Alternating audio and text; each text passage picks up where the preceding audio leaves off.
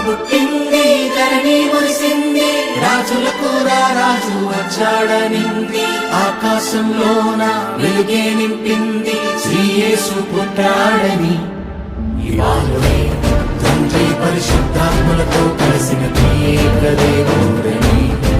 ఇవాళే మన పితరులకు వాగ్దానం చేయబడిన మెస్సయ్యా ఇతడేనని. ఇవాళే తన నోటి మాటతో జగమును సృష్టించిన ఏలోని దేవుడని.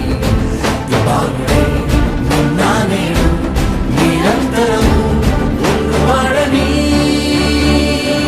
Immanuel Elohim, Immanuel El షాddai.